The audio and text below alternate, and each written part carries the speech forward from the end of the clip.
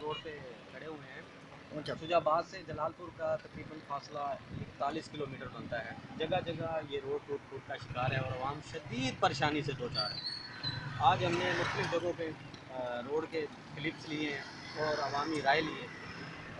Road کی خستہ حالی کے سلسلے میں ہمارے یہ بھائی ہیں جو یہاں کے وکیل ہیں, ہم ان سے بات کرتے ہیں. دیکھیں یہ کیا کہتے ہیں اس روڈ کے بارے میں. کافی ایسا ہو گیا روڈ, یہ تقریباً یہ سمجھو اگر یہ موت بنا ہوا ہے روڈ, موت بنا ہوا ہے روڈ, یہ ٹوٹا ہوا ہے روڈ. تقریباً دوسرے تیسرے دن ایکسیڈنٹ ہوتے ہیں, گاڑیاں آدمی جا رہی ہیں. اس کی حالت نہیں بالکل روڈ میں چل سکتا بندہ. چھوٹی گاڑیوں والے ویسے بیچارے پریشان ہوتے ہیں, ان کے لیے بہت مصیبت ہے, بڑا مشکل ہے.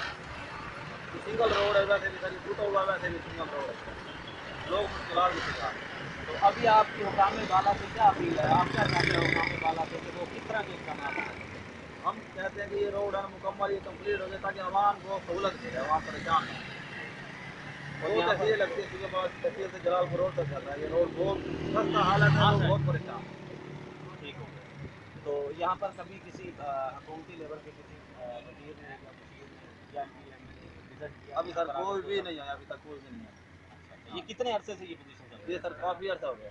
اچھا, اب آپ کا مین مطالبہ یہ ہے کہ اس روڈ کی تعمیر کی جائے اور اس کو ڈبل کیا جائے. ہاں, اس روڈ کی تعمیر کی جائے, اس کو ڈبل کیا جائے. جی ناظرین, آپ نے دیکھا کہ یہ روڈ انتہائی خستہ حالی کا شکار ہے اور عوام شدید پریشانی سے دوچار ہے. آئے روز ایکسیڈنٹ ہوتے ہیں. ہمارے سول اسپتال جو شجاع آباد کے اندر ہے, اکلوتا ہسپتال ہے, اور آئے روز وہاں پر حادثات رجسٹرڈ ہوتے رہتے ہیں.